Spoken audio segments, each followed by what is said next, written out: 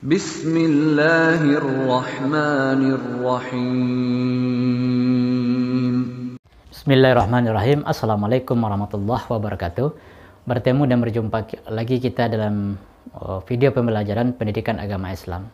Hari ini merupakan lanjutan materi kita yang sebelumnya, yaitu bercerita tentang nama-nama kitab Allah dan Rasul yang menerimanya. Pada pembahasan sebelumnya kita sudah membahas mengenai nama kitab Allah dan Rasul yang menerimanya. Yang pertama kitab Taurat, yang kedua kitab Zabur, yang ketiga kitab Injil. Nah, untuk pertemuan kali ini kita masuk kepada kitab yang keempat, yaitunya Al-Quran. Kitab Al-Quran itu diturunkan kepada Nabi Muhammad SAW. Kapan?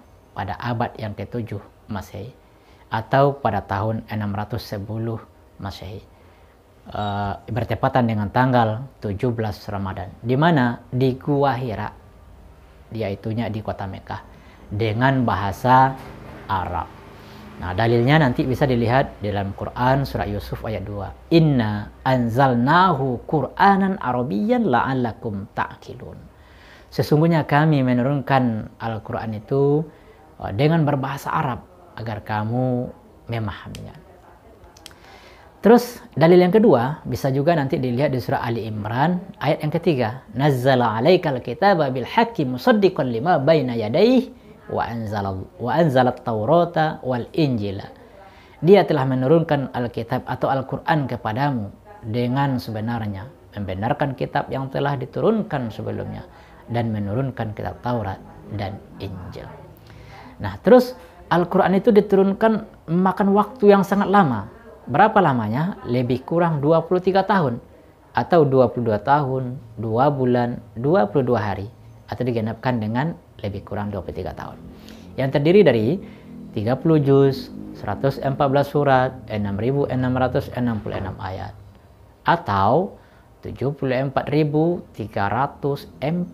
kalimat, atau 323.345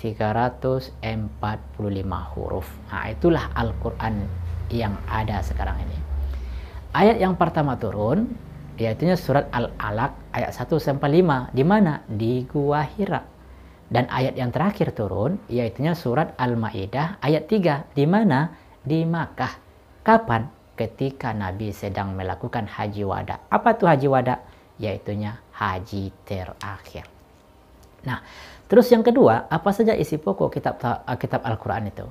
Ada 6 isi pokok kitab Al-Quran itu. Yang pertama bercerita tentang akidah, yang kedua akhlak, yang ketiga ibadah, yang keempat muamalah, yang kelima toharoh, tarikh atau sejarah, yang keenam yaitu iptek, ilmu pengetahuan dan teknologi.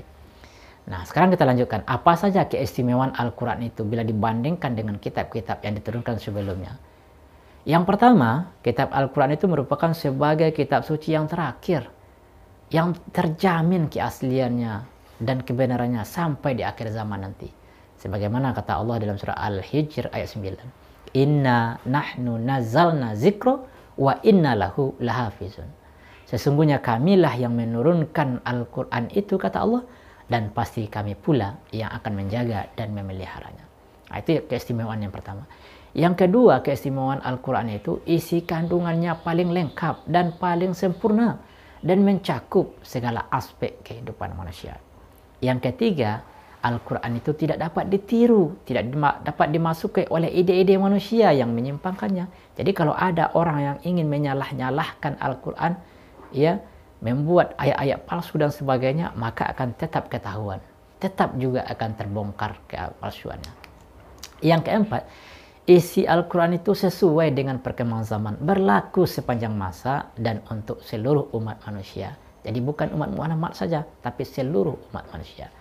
Yang kelima, membaca dan mempelajari isinya adalah ibadah. Nah, itulah keistimewaannya. Satu huruf yang kita baca dari Al-Quran itu diberi oleh Allah satu kebaikan, dan satu kebaikan itu dilipat gandakan oleh Allah menjadi 10 kali kebaikan. Nah, begitulah ya keistimewaannya Al-Quran itu. Nah, sekarang kita lanjutkan apa saja nama-nama lain daripada Al-Quran itu. Nama lain daripada Al-Quran itu yang pertama ada namanya An-Nur, artinya cahaya. Yang kedua, nama Al-Quran itu juga Al-Huda, artinya petunjuk. Al-Furqan, artinya pembeda. Az-zikro artinya peringatan, al-bayan artinya pemberi penjelasan, asyifa artinya obat dari segala macam penyakit. Nah, sekarang bagaimana kita menampilkan sikap mencintai Al-Quran dalam kehidupan sehari-hari? Bagaimana caranya? Supaya Al-Quran itu bisa kita cintai, bisa kita amalkan dalam kehidupan sehari-hari. Yang pertama tentu kita membacanya secara rutin. Karena setiap Muslim yang membaca Al-Quran dihitung sebagai ibadah kepada Allah Subhanahu wa Ta'ala. Yang kedua, memahami makna Al-Quran tersebut. Nah, jadi apa kata hadis Nabi? Kutinggalkan untukmu dua perkara. Kalian tidak akan tersesat selama berpegang kepada keduanya. Apa keduanya itu? Al-Quran dan Sunnah Nabi.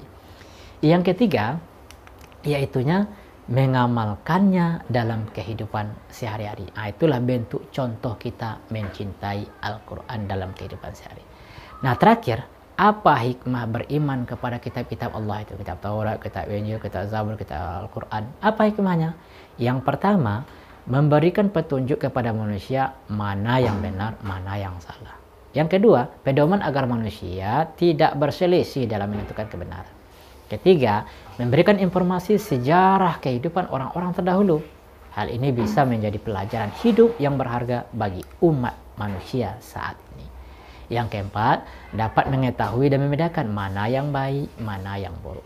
Yang kelima, sebagai rasa mensyukuri segala anugerah dengan Allah, termasuk pemberian petunjuk yang benar melalui kitabnya ini. Yang keenam, hati manusia menjadi lebih tentram, menambah ilmu pengetahuan. Yang ketujuh, memiliki sikap toleransi yang tinggi karena kitab Allah itu memberikan penjelasan tentang sikap toleransi, saling menghormati, saling menghargai orang lain, bahkan pemeluk agama lain. Ya, kita tidak boleh diskriminasi. Yang ke-8, yaitunya meningkatkan kesabaran dalam menerima cobaan, ujian, dan musibah yang menimpa pada dirinya. Oke? Nah, itulah pembahasan kita hari ini. Silakan dihafal, dipelajari. Nanti kita presentasikan di depan kelas kita masing-masing. Terima kasih. Assalamualaikum warahmatullahi wabarakatuh. Allahu Allah, Allahu Allah, Allahu Allah.